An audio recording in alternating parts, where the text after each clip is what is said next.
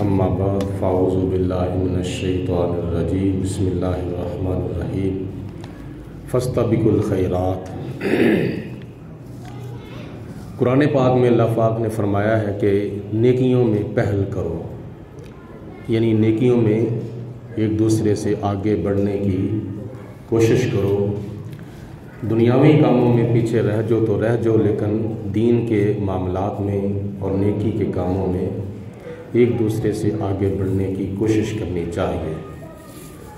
ماہ ذو الحجہ مبارکہ اسلامی سال کا 12واں اور آخری مہینہ ہے، جس کی 1 تاریخ سے لے کر 9 تاریخ تک روزے رکھنے کی بڑی فضیلت اللہ کے پیارے محبوب علیہ السلام نے بیان فرمائی ہے، اور پہلی رات سے لے کر 10ویں رات تک ذکر و فکر میں گزارنے سے حضور علیہ السلام نے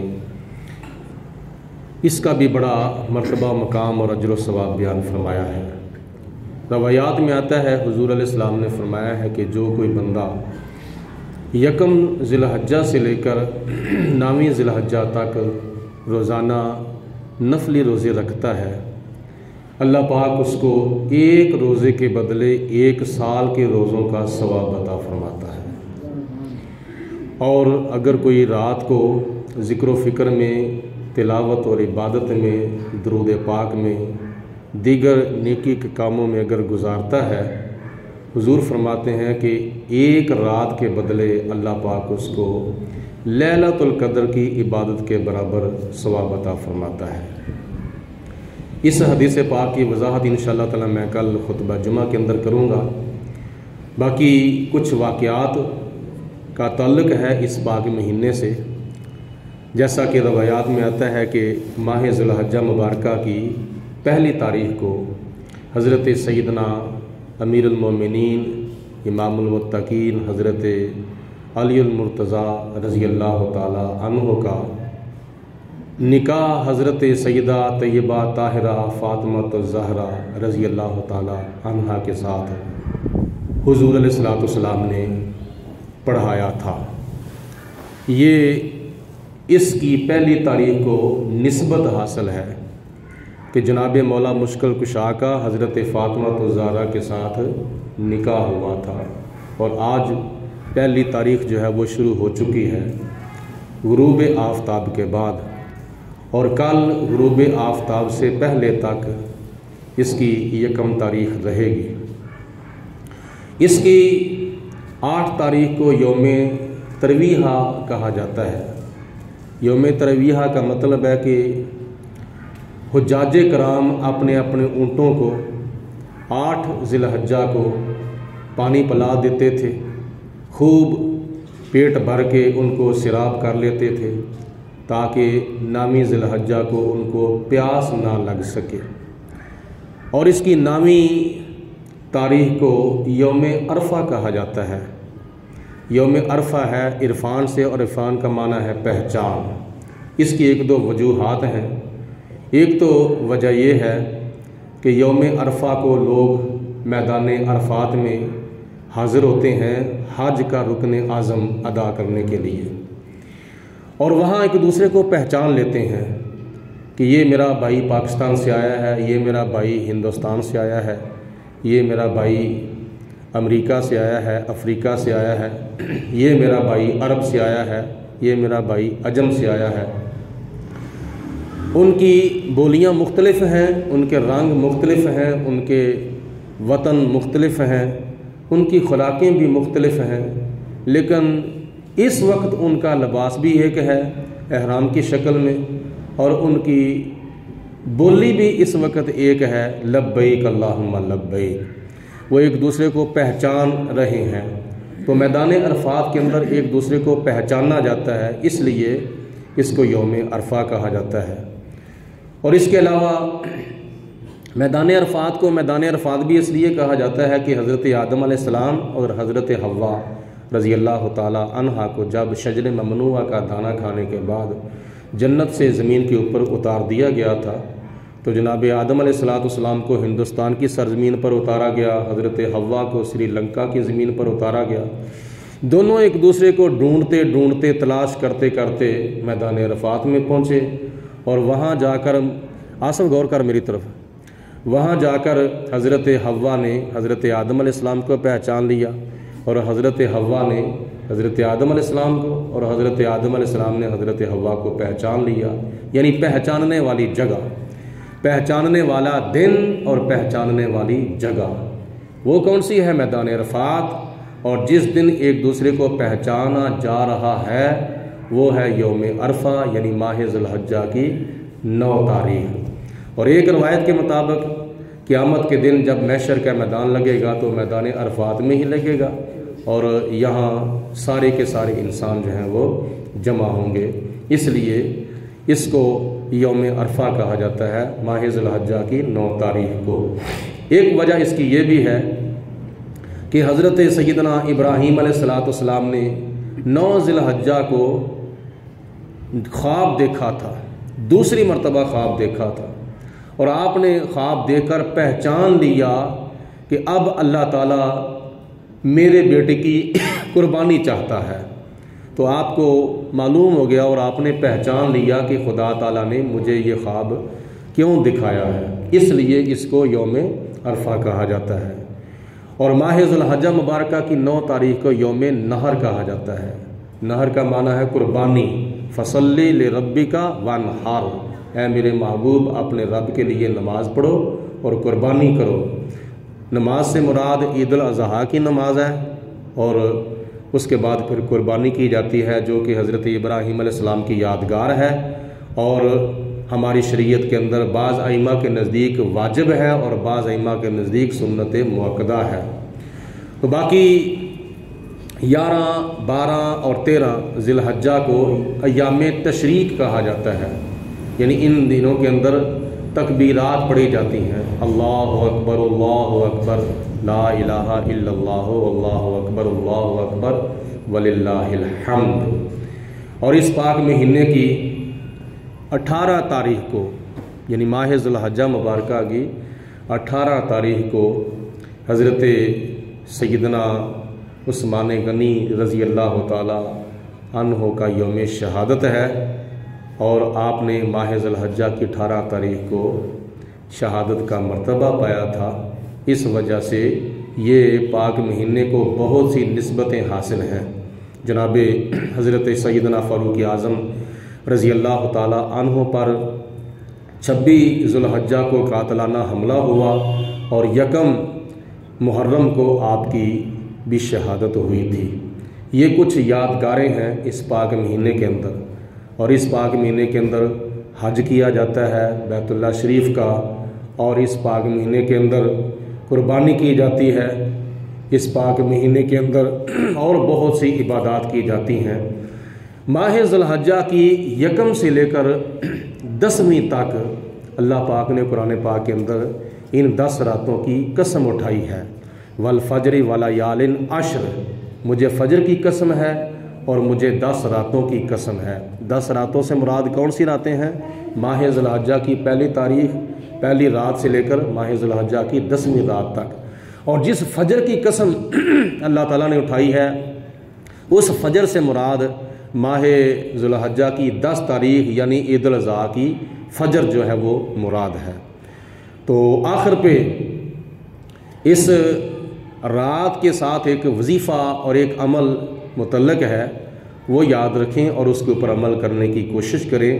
باقی اس عشرے کی فضیلت اور اس کے معمولات جو ہیں وہ وضاحت کے ساتھ انشاءاللہ تعالیٰ کل خطبہ جمعہ کے اندر بیان کیے جائیں گے۔ بعض روایات میں آتا ہے کہ اگر کوئی بندہ اس پاک مہینے کے اندر نیکی کا عمل کرتا ہے، ماہ رمضان المبارک کے بعد پورے سال کے اندر، ماہ رمضان شریف چونکہ سارے سال سے افضل و اعلیٰ مہینہ ہے، تو حضور علیہ السلام نے ارشاد فرمایا کہ ماہ رمضان المبارک کے بعد پورے سال کے اندر اللہ تعالیٰ کو بڑے بڑے نیک عمل پسند ہیں، لیکن جتنا نیکی کا عمل ماہ ذی الحجہ مبارکہ کے اندر اللہ تعالیٰ کو پسند ہے اتنا کسی اور مہینے میں پسند نہیں ہے۔ باقی 10 مہینوں کے اندر بھی باقی 11 مہینوں کے اندر بھی نیک اعمال کیے جائیں اللہ تعالیٰ کو بہت پسند ہیں، اور اللہ تعالیٰ ان کا بڑا کئی گنا زیادہ ثواب عطا فرماتا ہے۔ لیکن رمضان المبارک کے بعد اگر کوئی ماہ رمضان شریف کے علاوہ اس پاک مہینے کے بابرکت دنوں اور بابرکت راتوں کے اندر عبادت کی شکل میں، سخاوت کی شکل میں، تلاوت کی شکل میں کوئی نیکی کرتا ہے تو اللہ تعالیٰ کو وہ عمل جو ہے وہ نیکی کا دوسرے مہینوں کے اندر نیکی کا عمل کرنے سے زیادہ پسند ہے۔ تو کثرت کرنی چاہیے ان دنوں کے اندر زیادہ سے زیادہ نیک اعمال کی۔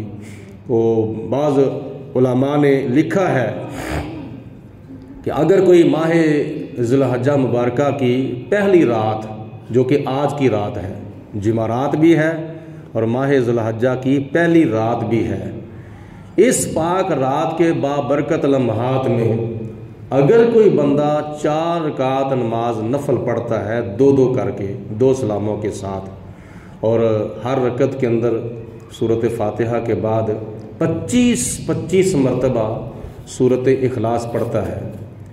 کیا سمجھ آئی آپ کو طریقے کی؟ 4 رکعتیں ہیں 2 کر کے پڑھنی ہیں، اور ہر رکعت کے اندر سورۃ فاتحہ کے بعد 25 مرتبہ سورۃ اخلاص یعنی قل هو اللہ احد یہ سورۃ اخلاص پڑھنی ہے۔ تو اس کے بارے میں روایات میں آتا ہے جو کہ بندہ ماہ ذی الحجہ مبارکہ کی پہلی رات کے بابرکت لمحات میں یہ نفلی نماز پڑھتا ہے، اللہ پاک اس کو 25 سالوں کی عبادت کا ثواب عطا فرماتا ہے۔ کتنی خوش نصیبی ہے امت مصطفیٰ کی۔ تو صرف ہمارے اندر عمل کی کمی ہے، اور عمل بھی کوئی اتنا مشکل کام نہیں ہے۔ باقی دنیا کے ہم کام بڑے بڑے مشکل سے ہیں، مشکل سے مشکل بھی کر لیتے ہیں۔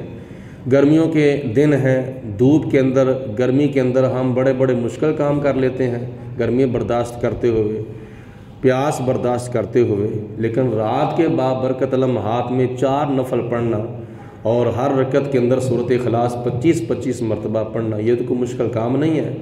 اور کتنا ٹائم لگ جائے گا؟ چند منٹ لگا لو، چلو زیادہ سے زیادہ 15 منٹ لگا لو یا 20 منٹ لگا لو، تو ان 15-20 منٹوں کے اندر اگر کسی کو 25 سال کی عبادت کا ثواب مل جائے تو کتنی خوش نصیبی ہے، کتنی خوش بختی ہے، کتنی خوش قسمتی ہے۔ یہ امت مصطفیٰ کی خصوصیات میں سے ایک خصوصیت ہے کہ جناب موسیٰ علیہ السلام نے تورات کے اوراق کے اندر ایک تحریر پڑھی تھی۔ جناب موسیٰ علیہ السلام نے تورات کے اندر ایک تحریر پڑھی تھی، وہ یہ تحریر پڑھی تھی کہ امت مصطفیٰ آخری امت جو ہوگی وہ چھوٹا سا نیکی کا عمل کرے گی، اللہ پاک اس کو ثواب پہاڑوں کے برابر عطا فرمائے گا۔ یعنی جو ہم عمل کرتے ہیں وہ تو ایک ذروں کے برابر عمل کر رہے ہیں، تو کہاں ذرہ اور کہاں پہاڑ۔ ایک ذرہ جو ہوتا ہے نا، ریت کا ایک ذرہ، اس کے برابر ہم عمل کرتے ہیں تو اللہ تعالیٰ ہمیں ثواب پہاڑوں کے برابر عطا فرماتا ہے۔ تو یہ یاد رکھیں، اللہ پاک کی ذات بابرکات نے پہلی امتوں کو بڑی بڑی لمبی عمریں عطا فرمائی تھیں۔ جب انہوں نے لمبی لمبی عمروں کے اندر لمبی لمبی باتیں کی تھیں، لمبے لمبے رکوع کیے تھے، لمبے لمبے سجدے کیے تھے، لمبی لمبی تلاوتیں کی تھیں، تو اللہ تعالیٰ نے ان کو ثواب بھی بہت زیادہ عطا فرمایا تھا۔ تو ہماری تو عمریں بھی اتنی نہیں ہوتی۔ حضور علیہ السلام کی حدیث پاک ہے کہ میری امت کی جو عمریں ہیں وہ 60 سے 70 سال کے درمیان ہیں زیادہ تر، باقی کوئی نہ کوئی اس سے زیادہ بھی عمر پا سکتا ہے اور کسی کی عمر اس سے کم بھی ہو سکتی ہے، لیکن زیادہ تر عام طور پر حضور علیہ السلام نے فرمایا کہ میری امت کی جو عمریں ہیں وہ 60 سال سے اوپر اور 70 سال سے نیچے ہیں۔ تو ان 70 سال یا 60 سال کی عمر کے اندر ہم کتنا عمل کر لیں گے، کتنی کوئی باتیں کریں گے۔ تو ان زندگیوں کے اندر یا ان عمروں کے اندر ہمارا جو وقت ہے وہ کاروبار کے اندر بھی گزر جاتا ہے، کھانے پینے کے اندر بھی گزر جاتا ہے، دنیا کے معاملات کے اندر بھی گزر جاتا ہے، اور کئی کاموں کے اندر گزر جاتا ہے۔ تو دن رات کی نمازوں کا اگر ہم حساب لگائیں فجر، ظہر، عصر اور مغرب، عشاء۔ تو 24 گھنٹوں کے اندر جو 5 وقت کی ہم نماز پڑھتے ہیں، ان نمازوں کے اوپر زیادہ سے زیادہ سوا گھنٹہ لگتا ہے۔ تو سوا گھنٹہ ہم 24 گھنٹوں کے اندر اللہ تعالیٰ کی بارگاہ میں حاضر ہوتے ہیں، وہ بھی کئی ہوتا ہے کئی حاضر نہیں ہوتا۔ تو باقی جو ہے وہ 23 گھنٹے جو ہیں وہ کدھر ہم گزار رہے ہیں۔ اسی طرح پوری زندگی کے دنوں کا حساب لگایا جائے، پوری زندگی کے سالوں کا حساب لگایا جائے، تو پوری زندگی کے اندر ہم کیا کر رہے ہیں۔ اگر 70 سال یا 60 سال بھی عمر ہو تو چند سال ہم اللہ تعالیٰ کی بندگی کر رہے ہیں، چند سال، یعنی ہوش سنبھلنے سے لے کر، ہوش کب بندہ سنبھلتا ہے، نماز کب فرض ہوتی ہے، 10 سال کی عمر میں، 10 سال کی عمر سے لے کر، یعنی پہلے 10 سال جو ہے وہ نکال دیے جائے، باقی عمر جو ہے وہ کتنی رہ گئی، 50 سال رہ گئی یا 60 سال رہ گئی۔ تو اس 60 سال کی عمر کے اندر ہم اللہ کے لیے کیا کر رہے ہیں، آخرت کے لیے کیا کر رہے ہیں۔ اصل وجہ یہ ہے کہ ہماری خوش نصیبی یہ ہے کہ اللہ پاک نے ہماری شریعت کے اندر ایسی آسانیاں پیدا کر دی ہیں، ایسی سہولتیں دی ہیں کہ تم عمل کرو گے ذرے کے برابر، اللہ پاک تمہیں پہاڑ کے برابر ثواب عطا فرمائے گا۔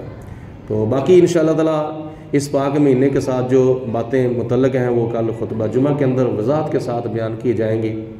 اللہ پاک ہم سب کو اس پاک مہینے کے زیادہ سے زیادہ فیض و برکات سے مالا مال ہونے کی توفیق عطا فرمائے، اور اس پاک مہینے کے معمولات کو بچا لانے کی توفیق عطا فرمائے۔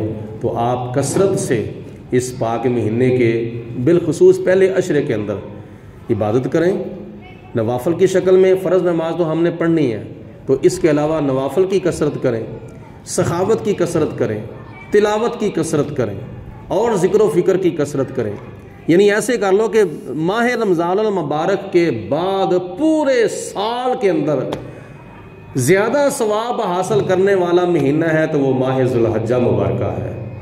تو اس کو ویسے ضائع کر دینا غفلت کے اندر، تو یہ ہماری محرومی والی بات ہے۔ اللہ پاک ہم سب کو غفلت سے بچائے، اور آخرت کا ہمیں زیادہ سے زیادہ فکر عطا فرمائے، اور زیادہ سے زیادہ